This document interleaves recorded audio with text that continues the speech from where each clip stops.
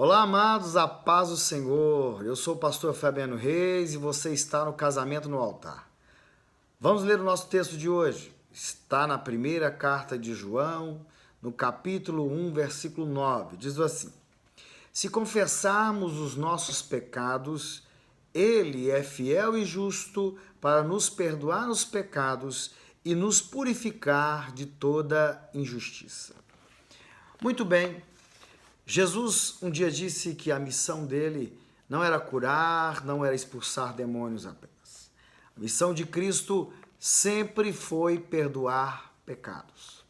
Uma coisa importante que precisamos ficar atentos é de não tratar pecado como problema. Porque problema você protela, problema você tenta resolver com um jeitinho, com uma coisa, com outra. Alguém te auxilia a resolver. Mas eu quero dizer para você que pecado não é um problema, ou não pode ser tratado como problema. Pecado é pecado. O pecado, conforme nos diz esse texto, ele deve ser confessado a Deus. Sabe de uma coisa?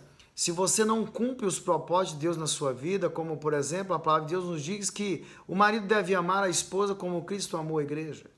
Por outro lado, a esposa deve ser submissa e honrar o seu marido como ao Senhor. Então, o pecado é aquilo que ofende a natureza de Deus. É contra Deus. Se você não cumpre esses pontos e esses requisitos, você está pecando. E o pecado deve ser confessado. O pecado deve ser consertado imediatamente.